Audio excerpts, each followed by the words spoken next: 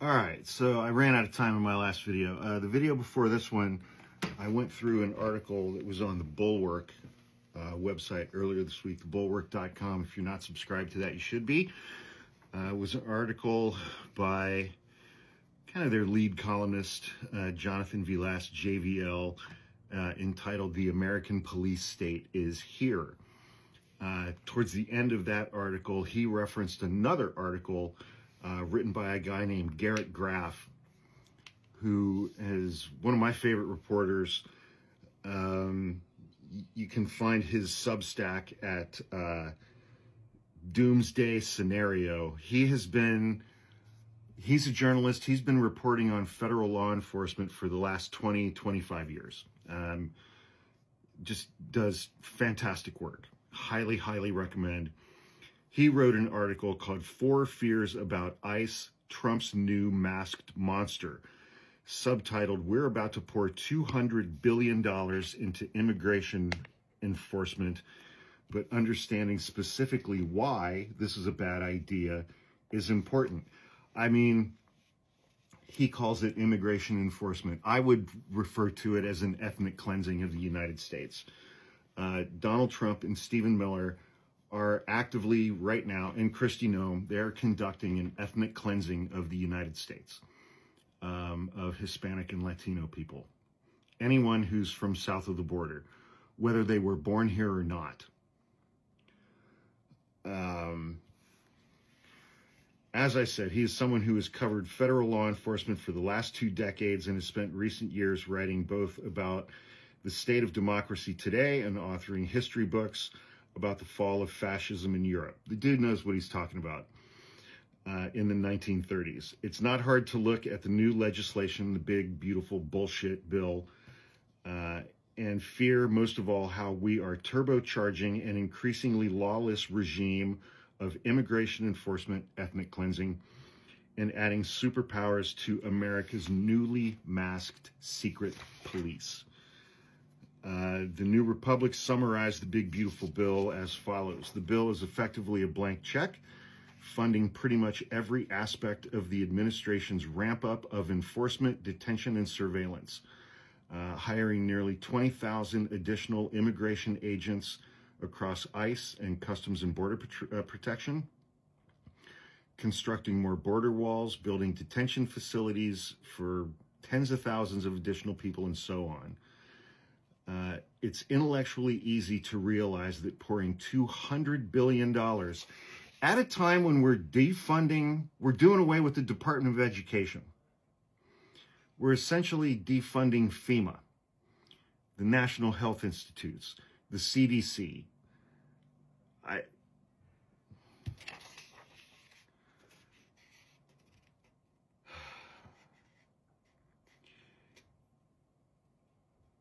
Yeah. Point 1, ICE can't grow that fast. From the article, no healthy law enforcement agency can grow quickly, and ICE is far from a healthy law enforcement agency. Their annual budget has been between $8 to $10 billion a year. The new legislation increases that up to $30 billion just for hiring and conducting deportations, $45 billion for detention operations, and $46 billion for border security construction. With quoting a guy named Aaron Reichlin-Melnick, who is a senior fellow at the American Immigration Council, with this vote, Congress makes ICE the highest funded federal law enforcement agency in history, with more money per year at its disposal over the next 4 years than the budgets of the FBI, DEA, ATF, U.S. Marshals, and Bureau of Prisons combined. That's how much Donald Trump and Stephen Miller hate brown people. History shows us what a disaster this will be. What happens when a law enforcement agency at any level grows too rapidly is well documented. They lower their hiring standards. They cut their training time. Field training officers end up being too inexperienced to do the right training. You lose qualified, competent mentors. and supervisors are too green to know how to enforce the policies or procedures. Because everybody's brand fucking new.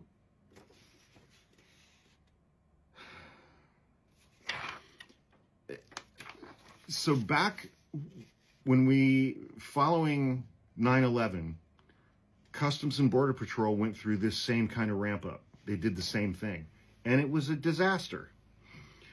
The author, Garrett Graff, interviewed every previous commissioner of Customs and Border Patrol who confirmed if you hire too many people too quickly, all of those bad things are going to happen, and you're going to end up with an overall ineffective force, and you're going to end up with people getting hurt and killed. And we're doing it again. But this administration and Donald Trump supporters don't give a shit if brown people are hurt or killed, even if they are here legally, even if they are citizens.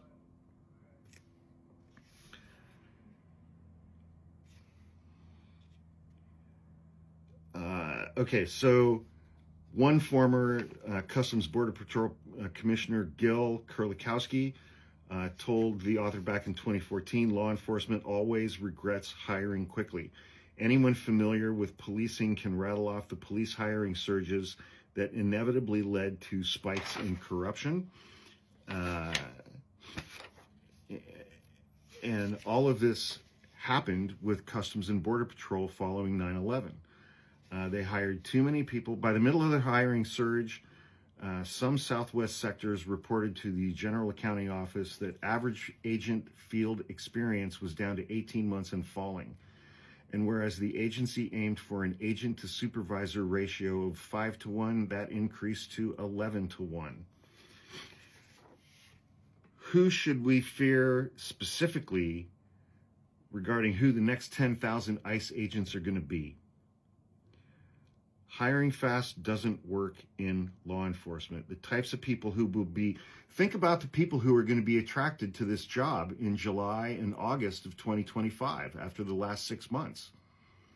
Seeing everything we've seen, ICE agents have to deal with on a daily basis. Who is still going to be attracted to that job? Yeah, they're basically fucking Klan members. Instead, these types of people will be attracted to the job in the wake of Kristi Noem's Special Forces cosplay, the eye-popping photo ops at El Salvador's Sikot torture gulag, and the alligator Alcatraz concentration camp are exactly the people we should not want to grant federal law enforcement powers to.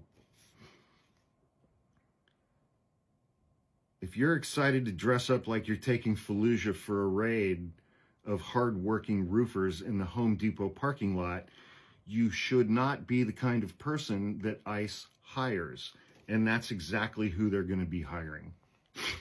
They're going to be hiring these inbred dipshit, fart-huffing, mouth-breathing, Al-Qaeda gravy seals, amosexual green buffets who are sitting at home on the couch eating a fucking Hot Pocket, thinking that they individually are they're the only person in this country who can save America. If somebody would just let them go out on the streets with their AR-15, they could take back America and save it for the rest of us.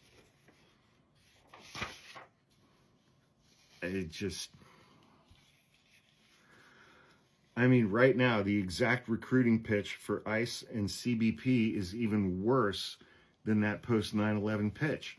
Are you watching the news and excited to rough up Latina grandmothers, hog-tie the guy cutting the lawn down the street, or manhandle a member of Congress?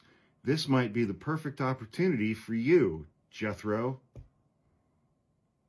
whose parents are siblings.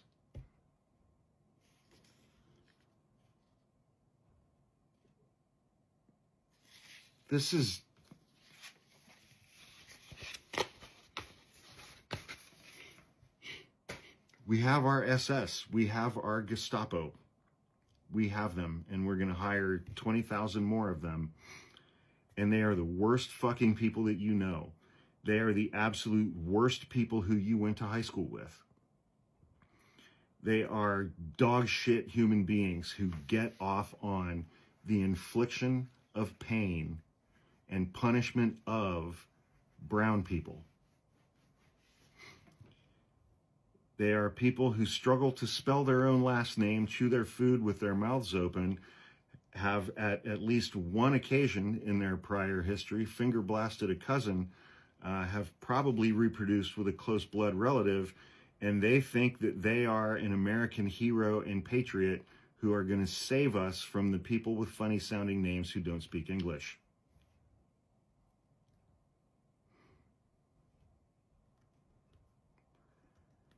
Things are going to get dramatically worse at a dramatically faster pace.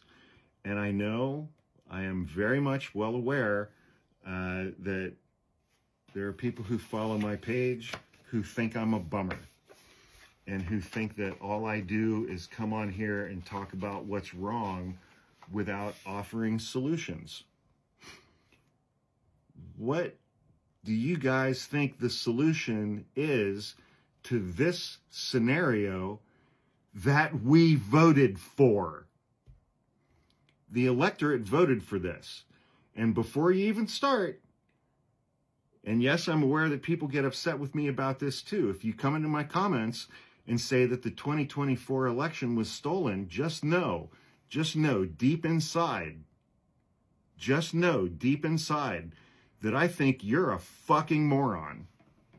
I think you're an idiot, and you have absolutely no evidence to support that other than Donald Trump and Elon Musk admitted it. So it's like you don't believe any single thing that comes out of their mouths unless they're talking about stealing the 2024 election. Then you believe every word they say. Yes, I think you are a fucking moron if you believe that the 2024 election was stolen. 100%. But I digress. People say that I come on here and I'm, doom and gloom and I don't offer solutions. First of all, I don't have to offer solutions. I don't owe that to anybody. I'm allowed to comment on whatever it is that I want to comment on. I can comment on high gas prices with not understanding how the global fuel economy works. I can comment on the dangers of COVID without being a PhD immunologist or virologist or doctor or nurse or scientist. I can talk about the dangers of having a secret nationwide police force that answers only to Donald Trump without knowing how to fix it. I don't know how to fix it, and none of you guys do either.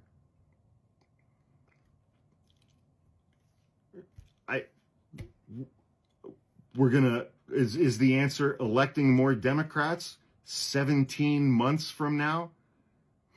We are not even 6 months into this. The midterms are 17 months away. 17 months. And gosh, yes, we should take back the House and the Senate for Democrats. And hopefully at that point, Chuck Schumer and Hakeem Jeffries can each tear themselves away from their busy schedule that has been laid out for them by AIPAC to deal with problems in this country.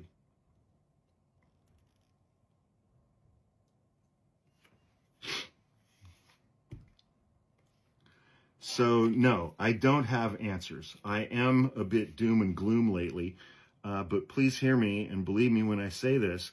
We are fucked. We are completely fucked. We have a nationwide secret police force that answers only to the president. And the two people who have the best chance of saving us from that are 100% bought and paid for by AIPAC and Benjamin Netanyahu. They did a photo shoot with him 2 days ago in Washington, D.C., along with Adam Schiff and Amy Klobuchar and Jackie Rosen and Chris Coons. Oh, and lest I forget, Cory Booker. They did a photo shoot with Benjamin Netanyahu in Washington, D.C. 2 days ago. Your Democratic leadership. So no, I don't have the solutions, and I'm going to talk about it anyway. That reminds me, I got to go back to the Central Valley this weekend and buy more ammo. Buy a gun or two, take a class or two, and learn how to use it. The bad times are here.